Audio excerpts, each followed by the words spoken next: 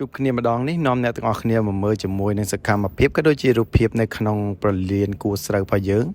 ដែលហៅកាត់ថា KTI អញ្ចឹងខ្ញុំថតជាប់នៅសកម្មភាពយន្តហោះដែលកំពុងត្រៀម departure ដែលគេហៅថាត្រៀមហោះហើរណាយើងមើលទៅយន្តហោះនេះកំពុងតែហោះចេញពីខ្សែឡានទី1ចុះខ្សែឡានទី2បន្ទាប់មកយើងមកមើលទស្សនវិជ្ជាដែលខ្ញុំចូលទៅតាម access gate របស់គេចឹងគេមាន access gate in និង out ចឹងចូលតាម in ហ្នឹងចឹងទៅឃើញមានលបងការពារក៏ដូចជាឃើញនៅរូបភាពតែស្រស់ស្អាតមែនទែនតាក់ទងជាមួយនឹងទស្សនវិជ្ជាប្រលានថ្មីដែលអ្នកទាំងអស់គ្នាអាចមើលពីចំហៀងនេះបានតើតើមានការអនុញ្ញាតបានយើងអាចចូលបានជាពិសេសបងដែលធ្វើការនៅក្នុងហ្នឹងគឺគាត់អាច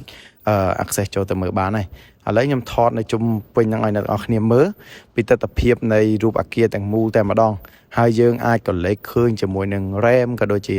ប្រភេទឡានដែលជាឡានប្រភេទដឹកមនុស្សឬក៏ឡានដែលដឹកអីវ៉ាន់សម្រាប់ baggage ណាទៅចូល upload ចូលទៅក្នុងយន្តហោះដែលគេប្រើសម្រាប់ដឹកជញ្ជូននៅអ្វីគ្រប់យ៉ាងដែលត្រូវការញាត់បញ្ចូលទៅក្នុងយន្តហោះអញ្ចឹងយើងឃើញហើយមានជាមួយនឹង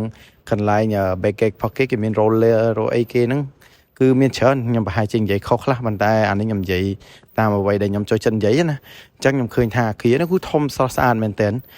បើប្រៀបជាមួយនឹងពលានប៉ូយតុងវិញគឺវាឆ្ងាយគ្នាមែនតើវាអត់ដូចគ្នាទេ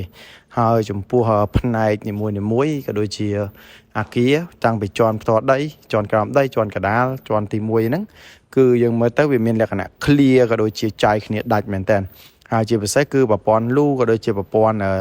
ចែកទឹកផុសគេហ្នឹងហើយក៏ដូចជា traffic ដែលយើងប្រើជិះឡានឈប់ក៏ដូចជាចំណតលបឿននេះគឺកំណត់បានស្អាតបានតែម្ដងដូច្នេះរាល់ការបើកបរទាំងអស់ត្រូវតែគោរពទៅតាមច្បាប់ក៏ដូចជាការអនុញ្ញាតលបឿននៃការបើកបរគឺតាមគោលការណ៍ដែលបានកំណត់របស់អ្នកដែលបានរៀនសូត្រចេញពីគ្រូមកអញ្ចឹងណាគឺគេមានលបឿនកំណត់គេមិនមែនចេះតែបើកចូលផ្ដេសផ្ដាស់ទេបើសិនជាខុសគឺគេត្រូវការដក license ចេញតែម្ដងអូខេដល់មកធ្វើការទៀតហើយបន្ទាប់ពីចេញពីព្រៀនចាស់យើងមកដល់ព្រៀនថ្មីឥឡូវនៅVIP terminal ចំដើម្បីធ្វើការលឿនណាស់មកផ្លែតដល់ហើយ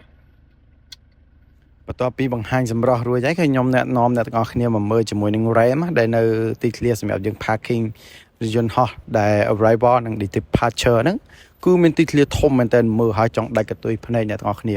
ខ្សែយន្តហោះដែលហោះហ្នឹងគឺមាន3ខ្សែដែលត្រៀមហោះចេញខ្សែដែលហោះចុះបន្ទាប់ឬក៏អីហ្នឹងគឺគេមាន3ខ្សែរបស់គេហ្នឹងសម្រាប់យន្តហោះចុះហ្នឹងគឺធំទូលាយជាងពោចន្ទង់យើងឆ្ងាយណាហើយចំពោះយន្តហោះនីមួយៗមិនថា Boeing Airbus ឬក៏ប្រភេទ private jet ទេគឺអាចចុះនៅទីធ្លារបស់ពលានគួរស្រូវនេះបានយ៉ាងទូលំទូលាយហើយ smooth ល្អមែនតើ